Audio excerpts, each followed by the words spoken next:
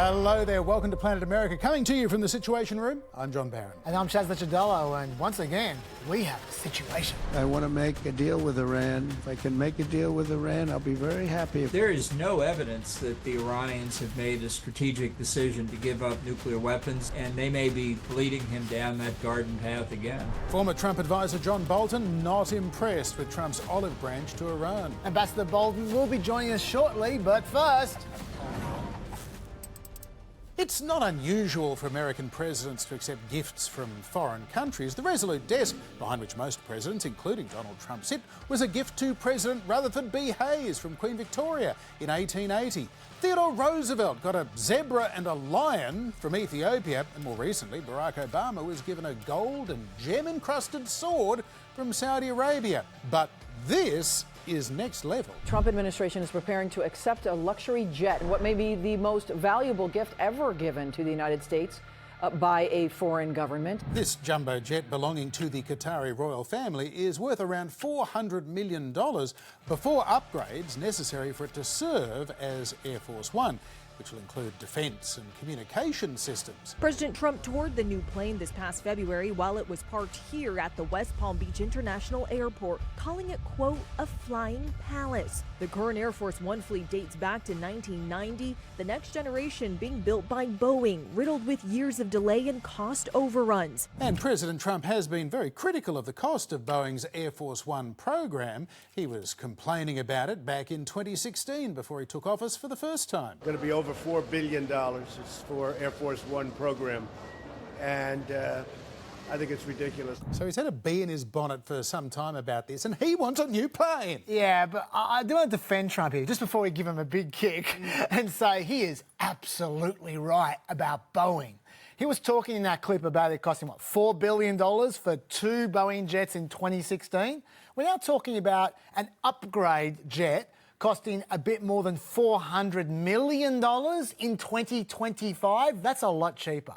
Furthermore, in 2018, he did actually commission those 2 jets, and they were supposed to be delivered last year, but then Boeing said they wouldn't be able to deliver those jets until 2035. Now, I think now they're saying maybe 2027. Either way, it's kind of pathetic, and I reckon Trump's right to be looking for alternatives to Boeing, but there is a little bit of a catch in this case, isn't there, John? Oh, there sure is. The kicker, if the deal for a temporary Qatari plane goes ahead, ultimately, Trump gets to keep the plane.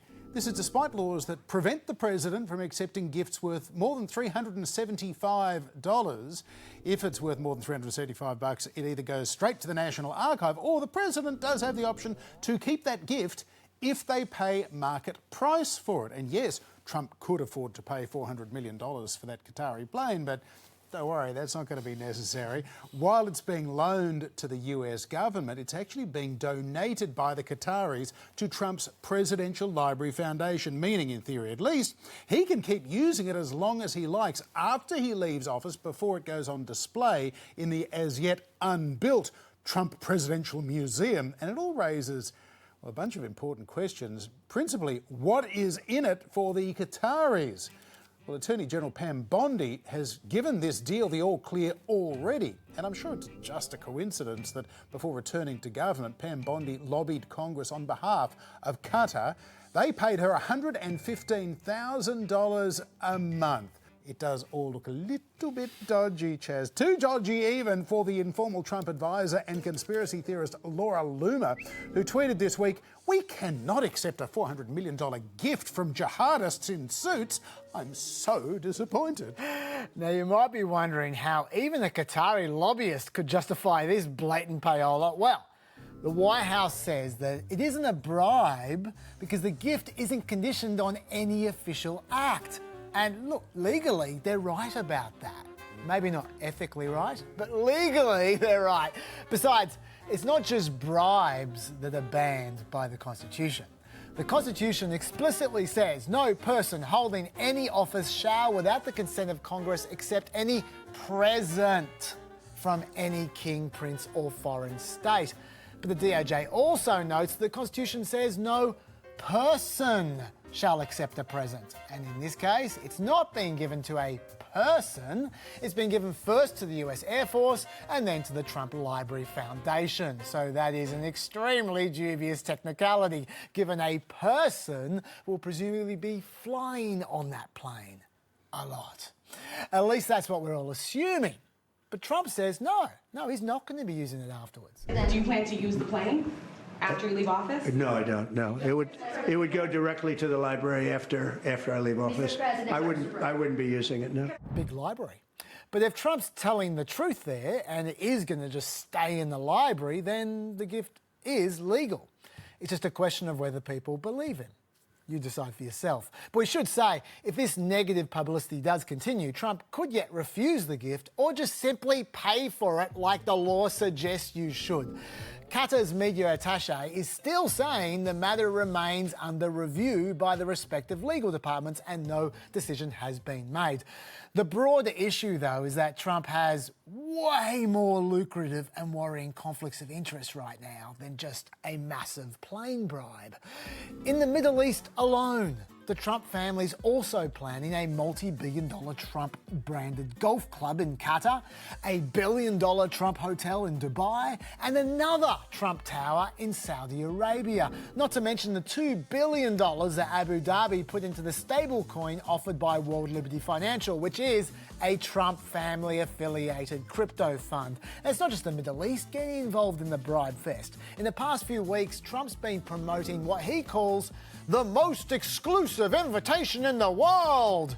It's an invite to a gala dinner with the president for the top 220 purchases of Trump's crypto coin. The top 25 crypto purchasers will also enjoy an ultra-exclusive private VIP reception with the president. And overall, people spent $148 million in cold hard cash on Trump's crypto coins to compete for those prizes. Importantly, those are largely anonymous donations going straight into Trump's pocket, often from foreign countries, which is meant to be illegal. 19 of the top 25 purchasers of Trump's crypto coin used foreign exchanges that claim to exclude customers from America. The same with 56% of the top 220 purchasers. And Trump's crypto grifting is worth a lot more than some plain. One recent report estimated Trump's crypto holdings represent nearly 40% of his net worth. $2.9 billion. So it's been a lucrative few months for the president. The Trump family has gained $1 billion in wealth per month over the last 3 months. Nice work if you can get it. But here's the problem. Trump isn't the only person who knows about his questionable self-dealing. An international trucking logistics firm, for instance, just last week openly bought $20 million worth of Trump's crypto coins explicitly to influence Trump's trade policy. They say it's an effective way to advocate for fair, balanced and free trade between Mexico and the US. And in the Middle East, Trump just met with the Islamist leader of Syria, a man who is still designated a terrorist by the US, by the way. Syria was seeking sanctions relief, and coincidentally, they also reportedly offered Trump personal investment opportunities there, including a Trump tower in Damascus. And guess what happened last night? I will be ordering the cessation of sanctions against Syria in order to give them a chance at greatness. Now, maybe that's just good foreign policy, but where does the national interest end and where does Trump's personal financial interests begin? We just don't know. But it's okay, because Carolyn Levitt reckons there's nothing to worry about. I think it's frankly ridiculous that anyone in this room would even suggest that President Trump is doing anything for his own benefit. This is a president who has actually lost money for being president of the United States. I don't remember these same type of questions being asked of my predecessor about a career politician who was clearly profiting off of this office. That is not what President Trump does, and this White House holds ourselves to the highest of ethical standards. I hope that sets your mind at ease, John. Not even slightly. President Trump, meanwhile, has embarked on his first major overseas trip of his second term. He's in the Middle East with visits to Saudi Arabia, the United Arab Emirates and Qatar. But significantly, one place that is nearby but not on the itinerary is Israel. There are reports that Trump and Israel's Prime Minister Benjamin Netanyahu have had a pretty significant falling out after Trump rejected Mr Netanyahu's desire for joint military action to take out Tehran's nuclear abilities. Trump wants a deal with Iran instead. Netanyahu does not. And Trump did claim a couple of diplomatic wins along the way this week, including an end to airstrikes against Yemen's Houthi rebels in retaliation for their attacks on shipping in the Red Sea. We will stop the bombings, and they have capitulated, but more importantly, we will take their word. They say they will not be blowing up ships anymore. But that sure came as news to Israel. It came just days after the Houthis launched a missile attack near the airport in Tel Aviv. Israel has since responded with more airstrikes against Houthi targets in Yemen. Israel has responded again to that, and the Houthis have responded again with attacks in Israel. They do that, and Hamas seems to be encouraging this split you referred to between Trump and Netanyahu by releasing an American hostage this week for seemingly nothing in return. Opposition leader Yair Lapid wrote, "Reports of direct talks between Hamas and the United States are a disgraceful diplomatic failure of the Israeli government and its leader." To elaborate, Israel has made the decision to deploy tens of thousands of soldiers to invade and capture the whole of Gaza. Ultra-right extremist Bezalel Smotrich puts it this way: within a few months, Gaza will be totally destroyed. Citizens will be totally despairing, understanding that there's no hope and nothing to look for in Gaza, and will be looking for relocation to begin a new life in other places. Now, leaving aside his very genocide-y sounding plans there, that also means Israel is effectively giving up on hostage retrieval, at least in the short term. Netanyahu has admitted that the return of the hostages is not his top priority anymore, saying the supreme objective is victory over our enemies. So Trump's hostage retrieval, that's showing Netanyahu up domestically. And if this new operation in Gaza is as brutal as described, then that could pry Israel and America apart even further. Yeah, it could indeed. Meanwhile, Trump had a rather strange initial response to the fighting between nuclear-armed neighbours India and Pakistan over the disputed Kashmir region. It was a bit of a presidential shoulder shrug. Been fighting for a long time. You know, they've been fighting for many, many decades. And centuries, actually, if you really think about it. Yeah, most people who really have thought about it point out the conflict between India and Pakistan arose out of the 1947 partition of British India. So decades, yes, centuries, no. Nevertheless, a ceasefire agreement was reached with the help of US mediators, and Trump is now offering more help, although his understanding of history has not improved. I will work with you both to see if after 1,000 years the solution can be arrived at concerning Kashmir.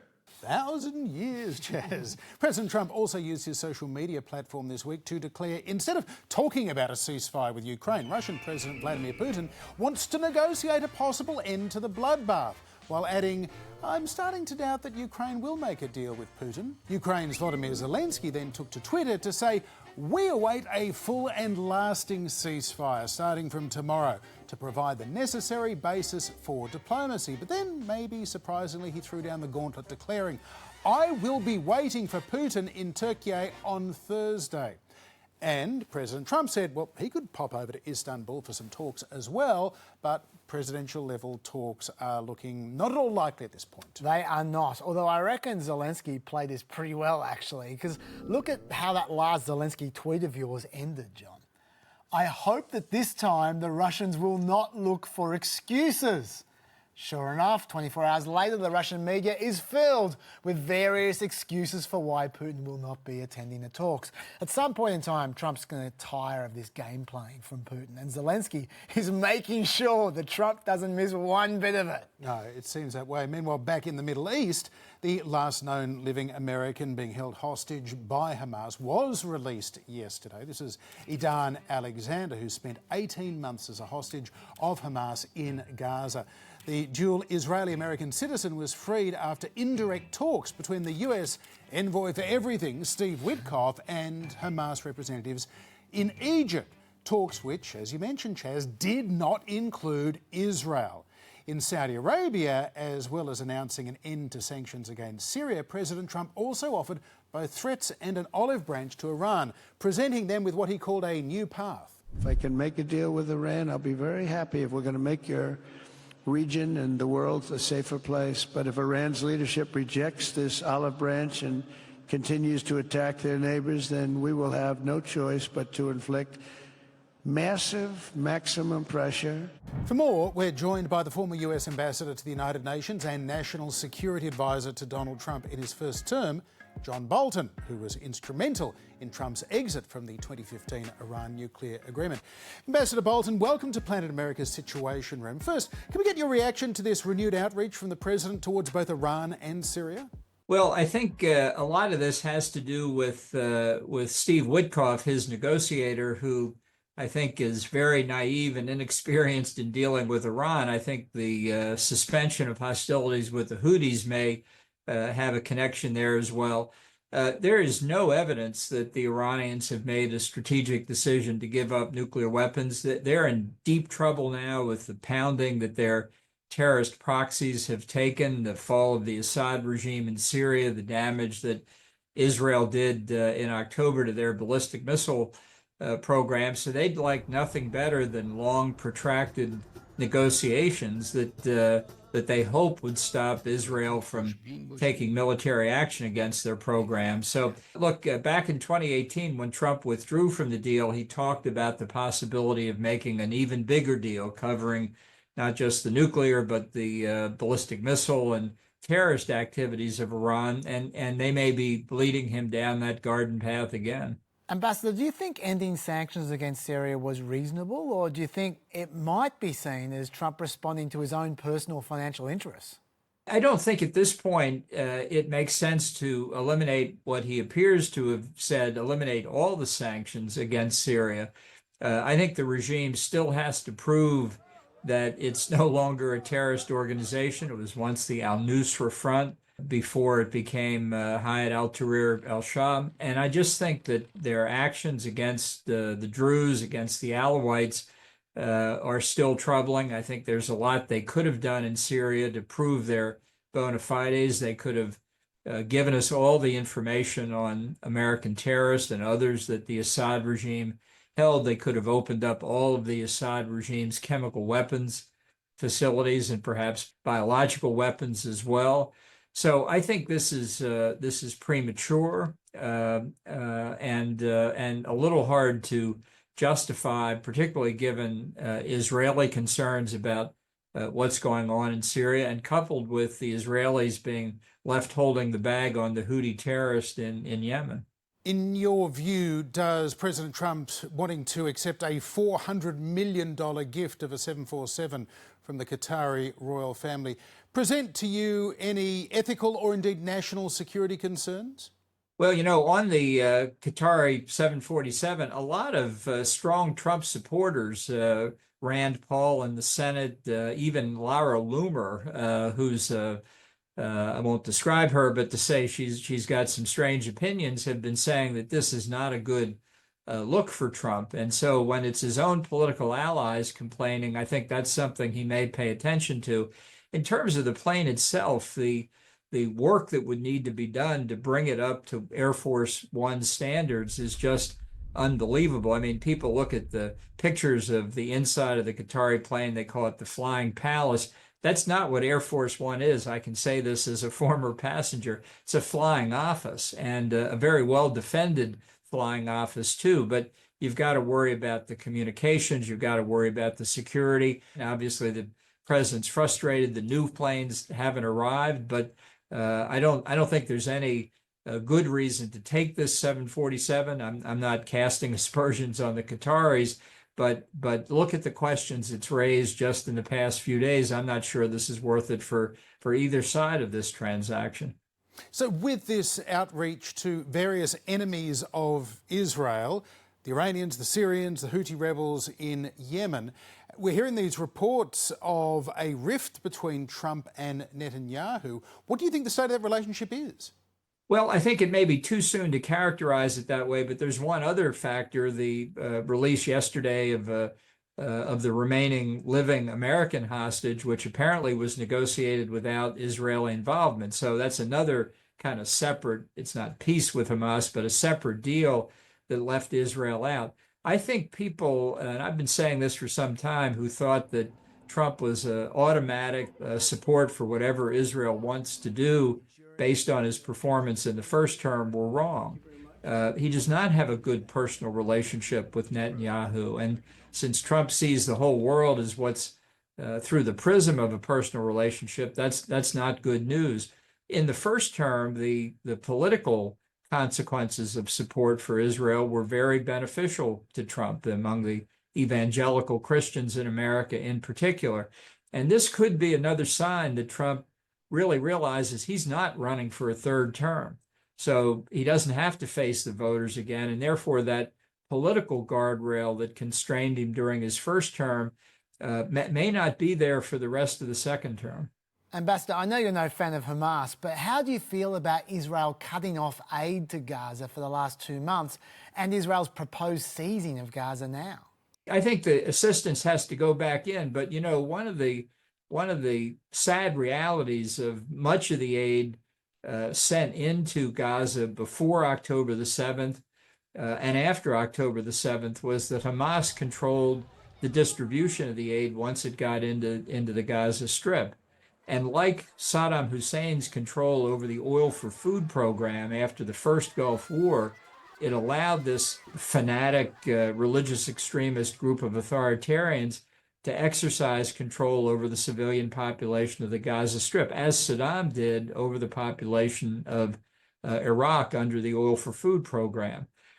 So it's a hard, unpleasant circumstance where you try and distribute humanitarian assistance, and this terrorist group takes control over it. Ambassador John Bolton, thank you for joining us in Planet America's Situation Room. Okay, thanks a lot. Glad to do it. Donald Trump has been teasing a major earth-shattering announcement this week. But it's going to be a truly earth-shattering and positive development for this country and for the people of this country. Ooh, I wonder what it could be. And for several days, he kept right on teasing. A very, very big announcement to make, like as big as it gets, and I won't tell you on what. Well, the teasing worked. Everyone wanted to know what it could possibly be. Now, on Tuesday, the president said that he was on the verge of what he called an earth-shattering announcement. He teased it during a meeting with new Canadian Prime Minister Mark Carney yesterday at the White House. If it's earth-shattering, it might be something dramatic, such as Saudi Arabia recognizing Israel. The other option might be something with Ukraine. So the speculators speculated, and the internet investor rumour mill went into overdrive. As big as it gets. What's that going to be? There's a ton of speculation, and he is teasing this thing like crazy.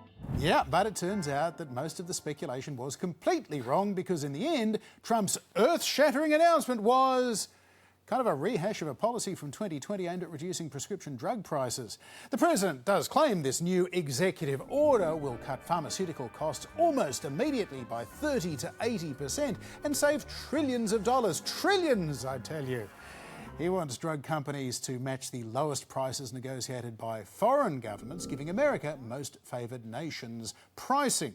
Trump believes that American consumers have been subsidising the world, paying for their research, unfairly shifting the cost burden onto American patients. Whoever is paying the lowest price, that's the price that we're going to get. So remember that. So we're no longer paying 10 times more than another country. So President Trump wants drug makers to charge other countries more to maintain their profits and charge America less. But America's health system is fractured, and it just isn't good at negotiating and subsidising brand name medications. Studies show that American prices are on average 4.22 times those in comparison to nations for brand name drugs. But generic drugs are actually cheaper in America than elsewhere, and that accounts for 90% of prescriptions anyway. So it's kind of the same old story, Chaz. Trump thinks the world is ripping America off, but it's not that simple, and it's unclear what powers he has to do anything about it. The last time he tried something like this, it went basically nowhere.